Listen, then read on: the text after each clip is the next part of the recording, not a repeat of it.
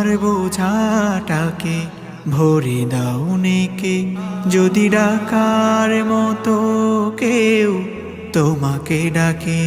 তুমি ভ্রান্ত হৃদয় ফোটাও রহমের ফুল, যদি প্রার্থনা হয়ে যায় কবুল।